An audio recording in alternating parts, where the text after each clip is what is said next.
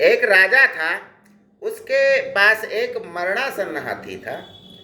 उस हाथी को एक गांव में उसने भेज दिया और गांव वालों से कह दिया कि इस हाथी की खूब सेवा करो और प्रतिदिन सवेरे आकर हमें इस हाथी का समाचार सुनाओ, और जो कोई भी कहेगा कि हाथी मर गया तो उसको मैं मृत्यु दंड की सजा दूंगा। सारे गांव वाले डर गए और उन्होंने उस हाथी की सेवा प्रारंभ कर दी। खूब खिलाया, खूब पिलाया, समय समय पर पानी दिया, हर बात का ध्यान रखा। लेकिन बूढ़ा तो बूढ़ा ही होता है, एक दिन चल बसा। अब राजा के पास आज ये समाचार कौन लेके जाए कि हाथी मर गया। बहुत देर तक विचार विमर्श होता रहा। अंत में एक ग्रामीण ने कहा कि मैं समाचार सुनाऊंगा राजा को जाकर के, और वह राजा के पास गया और बोला कि हे राजन, आज न हाथी खाता है, न पीता है, न देखता है, न सुनता है, न बोलता है, और यहाँ तक कि वह सांस भी नहीं लेता है, न शरीर का कोई अंग संचालित कर रहा है। तब राजा ने कहा, क्या हाथी मर गया? गांव वाले ने कहा कि महाराज, मैं तो नहीं कह रहा हूं, मैंने तो जैसी हाथी की हालत है वो बता दी आपसे, ले आप ही तो कह रहे हैं हाथी मर गया, मैं तो नहीं कह रहा हूं। इस बात पर राजा अत्यंत प्रसन्न हुआ और उसने उस ग्रामवासी को बहुत सा इनाम देकर विदा किया। यह होती है वाक्पटुता, यानी कथन कहने की, वाणी बोलने की चतुरता। तो आज हम इस पर चर्चा करेंगे। ज्ञान गंगा के इस 3 पत्ती कार्यक्रम में आपका स्वागत है। आज हम वाक्पटुता के बारे में विचार करेंगे। कहा गया है कि कब, कहाँ और कैसे बात कही जाती है, ये हुनर हो तो हर बात सुनी जाती है। यह भी कहा गया है कि बात ही हाथी पाइए, बात ही हाथी पाऊं।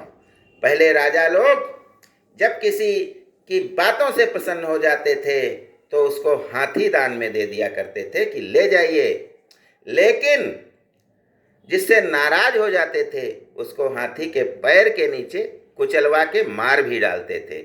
ऐसे कठोर न्याय थे।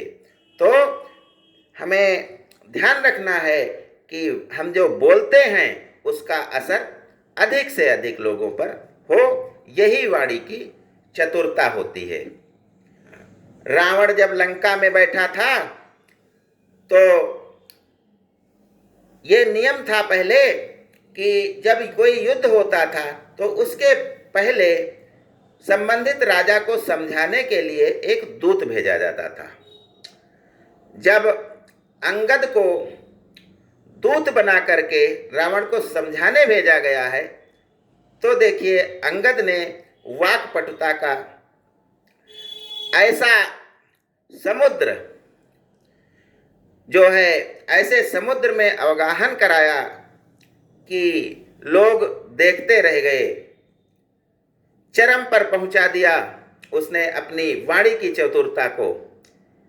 वह जब द्वार पर पहुंचा तो कहा कि महाराज लंकेश से कह दो कि उनसे मिलने दूत आया है। रावण ने उसको बुलाया और कहा कि तुम कौन हो? अंगद ने कहा, आप हमें नहीं जानते? मेरे पिता बाल आपको कांख में दबाकर कई वर्षों तक घूमते रहे, फिर भी आपने हमको नहीं पहचाना। ये होती है वाणी की चतुरता। सिद्ध कर दिया कि मैं उसी बलशाली परिवार से हूं। तब रावण ने कहा कि आप अगर बलशाली परिवार से हैं तो वहां उन वनवासियों के साथ में क्या कर रहे हैं, राम लक्ष्मण के साथ में क्या कर रहे हैं? आपको तो यहाँ लंका में होना चाहिए। आइए, मैं आपको पूरा सम्मान दूंगा और यहाँ आप मेरे दरबार में रहिए। कहाँ वो वनवासी और कहाँ ये रावण जिसके साथ रहोगे तो उनको तो मैं सजा दूंगा ही एक दिन, और कहाँ वो कहाँ मैं? आप क्यों नहीं सोचते हैं? आप मेरे साथ आ जाइए। तो अंगद भी बोला, ये बात लंकेश आप सही कह रहे हैं कि कहाँ वो वनवासी और कहाँ आप। एक जो है उन्होंने बानर भेजा था, जो राम जी का सेवक था, वह आपकी सारी अशोक वाटिका बाग को उजाड़ गया। आपने उसको जब दंड देना चाहा तो उसको तो कुछ नहीं हुआ, अपितु तो आपकी सारी लंका जला करके चला गया। ये राम जी का एक सेवक था, स्वयं नहीं आए थे। वो स्वयं आते तो पता नहीं क्या होता। आप ये भी ठीक कह रहे हैं कि कहाँ वो वनवासी और कहाँ आप। तो मैं भी कह रहा हूं कि कहाँ वो वनवासी और कहाँ आप।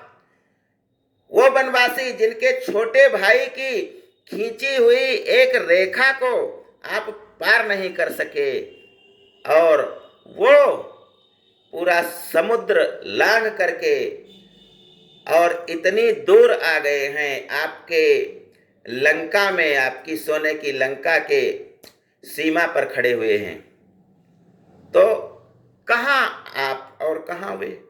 बात को उलट दिया। रावण मन ही मन में बहुत जो है क्रोधित हो गया कि ऐसा दूत। तब कहा, इस दूत को पकड़ लो और मारो, भाग न जाए।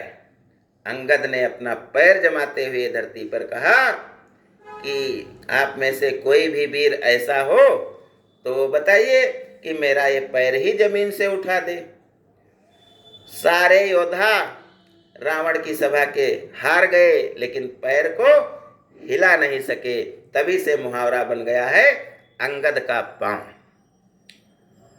अंत में रावण खुद उठा और पैर ज्यों ही पकड़ने वाला था कि अंगद ने फिर कहा कि मेरे पैर पकड़ने से क्या होगा, आप उन वनवासियों के पैर पकड़ो, भगवान राम के पैर पकड़ो, तभी आपका कल्याण होगा। यह कहकर वह वहां से चला आया। रावण की इतनी हिम्मत नहीं हुई कि इसको भी कोई हम दंड दे पाए। क्यों? क्योंकि वो हनुमान जी को जो पूंछ में आग लगाने वाला दंड दे चुके थे और वो उल्टा पड़ गया था, तो सोचा था कि उससे तो यह भी वीर महान लग रहा है, मैं इसको दंड नहीं दूंगा, और उन्होंने उसे जाने दिया। तो यह होती है वाक्पटुता, जो एक कहानी हमने पढ़ी थी अनिवार्य संस्कृत में कक्षा 8 में, हाथी वाली, वो भी आपसे चर्चा की गई। अगली बात मैं बताना चाहता हूं कि प्रगति और उन्नति में अंतर क्या होता है। तो हम जब कोई विकास कार्य करते हैं, कुछ भी अच्छा करते हैं, तो जब तक कार्य चलता रहता है तब तक ये होता है कि प्रगति हो रही है। लेकिन जब कार्य पूरा हो जाता है तब कहा जाता है कि ये उन्नति है। जैसे कोई पुलिया बन रही है तो लिखा होता है कार्य प्रगति पर है, रास्ता इधर से है। लेकिन जब वो बन जाती है तब उसको देख करके हम कहते हैं कि अरे यहाँ तो इस क्षेत्र ने भी बड़ी उन्नति कर ली है। तो उन्नति का शिखर होता है, और वह शिखर कौन बनाता है? प्रगति बनाती है।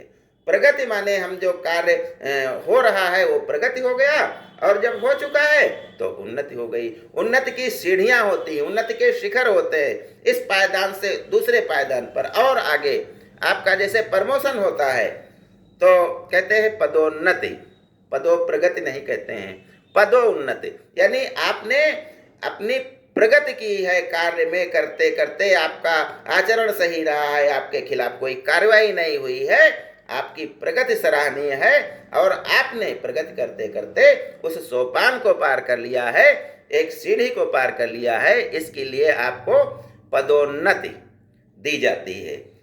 फिर आप प्रगति करेंगे, फिर पदोन्नति मिलेगी। तो ये होता है उन्नति और पदोन्नति में अंतर। अगली बात मैं आपसे बताना चाहता हूं कि आदेश, अनुरोध और आग्रह क्या होता है। आदेश में जैसा कि स्पष्ट है कि हम आज्ञा देते हैं कि ये काम आप कर डालिए, और ये आपको करना ही पड़ेगा। ये होता है आदेश। अनुरोध होता है कि है तो आदेश ही, लेकिन आपसे निवेदन है। निवेदन के साथ जो आदेश होता है, समकक्ष वालों को जो हम आदेश देते हैं तो उनसे आदेश नहीं, क्योंकि उनको बुरा लग जाएगा, ये भी एक वाणी की चतुरता ही है।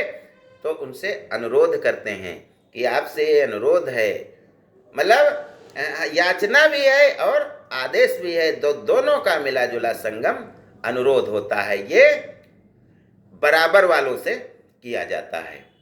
और अगला शब्द है आग्रह। तो आग्रह का अर्थ है कि आपसे आग्रह है, इसमें थोड़ा थोड़ा हठ आता है, तो ये बच्चों का आग्रह होता है। और जो छोटे बड़ों से करते हैं वो अनुरोध नहीं करते हैं, वो आग्रह करते हैं कि जिद है ये हमारी, आप ऐसा कर लीजिए। आज बस इतना ही। धन्यवाद। जय हिंद, जय भारत।